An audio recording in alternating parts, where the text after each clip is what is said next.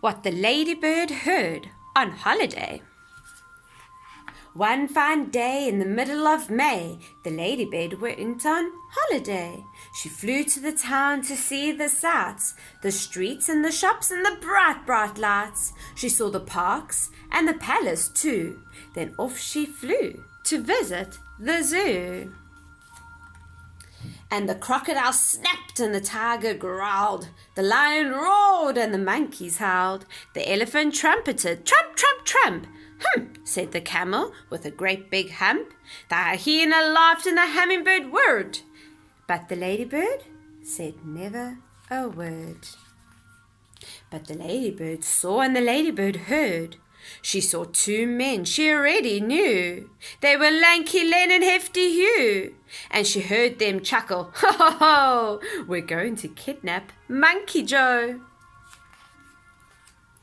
We'll hide till there's no one else about, then we'll pick the lock and we'll get Joe out. And if we give him lots of fruit, he'll do the job, he'll get the loot. The palace isn't far at all, Monkey Joe can scale the wall.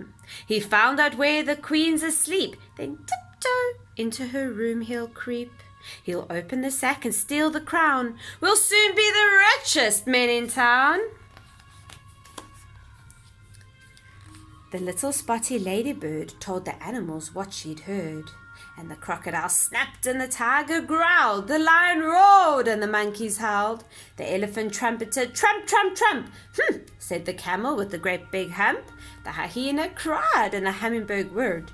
And all of the animals, feathered and furred, said, no, no, no, no, no, no. We can't let them kidnap Monkey Joe. But the ladybird had a good idea, and she whispered into the monkey's ear. Then straight away the ladybird flew to the palace and had a word with the queen's two corgis, Willow and Holly. And one said gosh and the other said golly. And both the dogs agreed to do just what the ladybird told them to. At the dead of night, the two bad men, Hefty Hugh and Lanky Len, checked there was no one else about.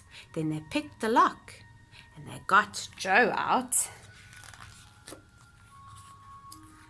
They carried him off to the palace gate, gave him a sack, then lay and wait. They watched him scale the palace wall and they muttered, careful not to fall. Then they rubbed their hands as they saw him creeping into the room where the queen lay sleeping. Corgi Holly and Corgi Willow, who lay each side of the queen's soft pillow, were wide awake, and they said to Joe, come on, monkey, off we go. They led the way while the queen still slept, and they showed young Joe where their bones were kept. Then they helped the monkey fill the sack, and they wagged their tails, and he carried it back. The two thieves yelled, hip hip hooray! But now let's make our getaway. They carried the sack to a nice quiet park, where the only sound was the distant bark.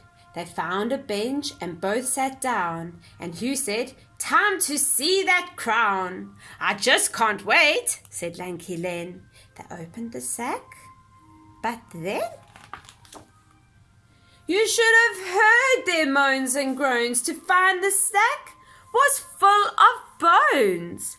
Just then a dog came bounding up, and Hugh said, shoo, you greedy pup. Another dog was close behind, and then came dogs of every kind. A lurcher and a Labrador, a peak, a pug, then more and more. Black dogs, white dogs, grey and brown. It seemed like every dog in town.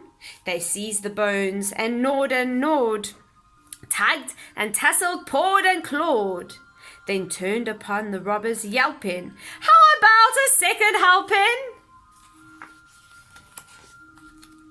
The thieves took off with leaps and bounds, pursued by all the hungry hounds, while the monkey ran and the ladybird flew, with never a stop till they reached the zoo. Then the crocodile grinned and the tiger pranced. The lion leapt and the monkeys danced. The elephant trumpeted, trump, trump, trump. Hooray, said the camel with the great big hump.